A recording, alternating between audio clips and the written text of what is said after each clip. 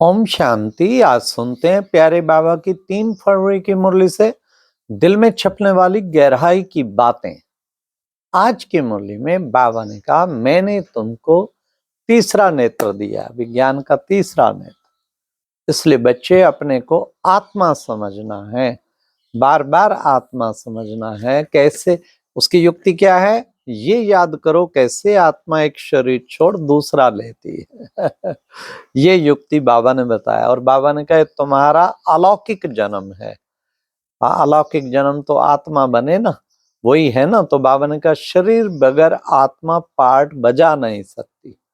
फिर आज बाबा ने कहा मैं हूं गरीब निवाज, साहूकार कम आएंगे, गरीब ज्यादा आएंगे।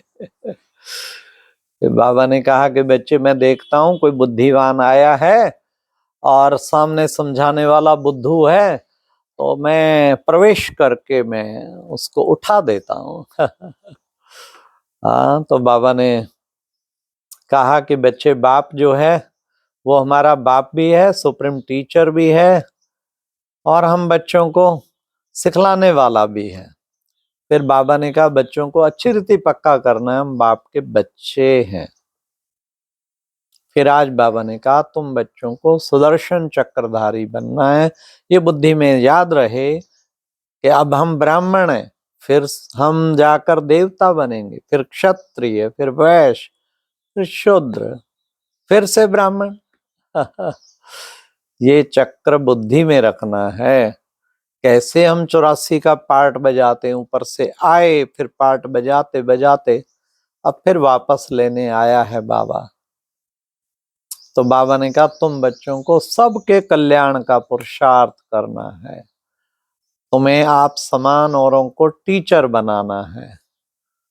तुम्हें तो इस धंधे में लग जाना चाहिए। अरे बच्चे 8 घंटा, चलो तुम आराम करो, 8 घंटा शरीर निर्वाह, 8 घंटा ये बाप आप समान बनाने का धंधा, ये भी बच्चे शरीर निर्वाह है। तो बाबा ने कहा बाबा देखते हैं कि माया विघन डालती है, याद में विघन डालती है। बच्चे गफलत नहीं करना, गफलत करेंगे तो माया बहुत नुकसान कर देगी। इसलिए बाबा ने कहा कि बच्चे बॉक्सिंग है ना, बॉक्सिंग में देखते हैं ना एक दो से जीत प्राप्त करते हैं, तो तुम्हें माया से हार नहीं खानी है। तो बाबा ने कहा तुम्हें सदा खुशी रहनी चाहिए। क्या कि हमें क्या कर रहे हैं, हम विश्व का मालिक बन रहे हैं। तुम्हें बच्चे कितना ना खुशी रहनी चाहिए इस बात की। श्रीमत पर तुम्हें कदम कदम श्रीमत मिल रही है, उस पर कदम कदम चलना है। इसलिए बच्चे तुम्हें सारा मदार जो है ना पुरुषार्थ पे, कोई ढीला पुरुषार्थ करेगा तो कैसे ऊंचा बनेगा। इसलिए तुम्हें उच्च पुरुषार्थ करना है, खूब पुरुषार्थ में लग जाना चाहिए। सारा मदार पुरुषार्थ पे है। फिर बाबा ने कहा जो जितनी मेहनत करते हैं, आज बाबा ने कहा उनकी भक्ति में उतनी ही पूजा होगी, पूज्य बन जाएंगे। उनके चित्रों की भी पूजा, जैसे चैतन्य देवी देवताओं के चित्र जो भक्ति मार्ग में, उसकी कितनी पूजा करते हैं। तब बाबा ने कहा कि बच्चे, इसलिए बच्चे तुम बच्चों को ये सदा खुशी रहे कि अब हम विश्व के मालिक बनने जा रहे हैं। तो बाबा ने कहा जो सच्चार बच्चे होंगे ना, सच्चार बच्चों की क्या निशानी, सच्चे होंगे, शुद्ध होंगे। क्या होगी उनकी निशानी? अंदर बाहर से साफ होंगे, एक होंगे, अंदर कुछ बाहर कुछ, ये नहीं होगा। तो सच्चार बच्चे हैं, वे कहते हमारे में तो इतना। जब बाबा ने कहा ना कि बच्चे मैं देखता हूँ बुद्धिवान कोई आया, उनको बैठ, वो आगे बुद्धू है समझाने वाला, तो मैं प्रवेश करके उनको जो है तीर लगा जाता हूँ, उठाता हूँ। फिर बाबा ने इस बात पे कहा जो सच्चार बच्चे हैं ना, वो कहते हैं हमारे में तो इतना ज्ञान नहीं था, ये बाप ने बैठ इनको समझाया। रियलिटी से स्वीकार कर लेना। और वैसे भी सदा समझो कि बाबा ही करण करावनहार है, ये बाबा ने क्या, हमारी शक्ति से काम नहीं हो रहा। फिर तो हम सबको तीर लगा दें, लेकिन ये बाबा आके करंट देता है। तो एक बार बाबा ने कहा था, हर एक की आत्मा को डबल लॉक लगा पड़ा है। एक लॉक तो तुम खोलते हो, दूसरे लॉक की चाबी मेरे पास है, वो मैं उसके अकाउंट देख के तब खोलता। फिर आज बाबा ने कहा कि बच्चे, तुम बच्चे डबल सिर ताज बन रहे हो। तुम एवर हेल्दी, एवर वेल्दी इस वक्त बनते हो। और पहले पहले तो तुम बच्चे सुदर्शन चक्रधारी बनेंगे, फिर डबल सिर ताज, फिर बच्चे सिंगल ताज, फिर 9 ताज। इसलिए बच्चे, तुम्हें अब डबल सिर ताज बनना है। ये तुम बच्चों को नशा रखना है। तुम पाठधारी हो, तुम्हारे में जो अनन्य है ना, वो सब बातें जरूर समझते होंगे जो अनन्य है। फिर बाबा ने आज कहा, देखो बच्चे, कृष्ण को कहीं हिंसक दिखाया, कहीं कुछ दिखाया, जबकि ऐसा तो कुछ है नहीं। एकांत में बैठ के इन चीजों पे विचार सागर मंथन करो, क्या ऐसा हो सकता है? तो बाबा ने कहा, रात्रि को जो बच्चे पहरे पे है ना, सिक्योरिटी की ड्यूटी पे, वो तो बहुत याद कर सकते हैं बाबा को। फिर बाबा ने कहा, बुद्धि में बाप ने कहा है तुम मुझे याद करेंगे तो तुम मेरे पास पहुंच जाएंगे। याद में ही मेहनत है बच्चे। तुम्हें और सब बातों को समेट एक बाप को याद करना है। बाप की याद से ही पाप कटते हैं। याद करेंगे खुशी में, फिर क्या होगा?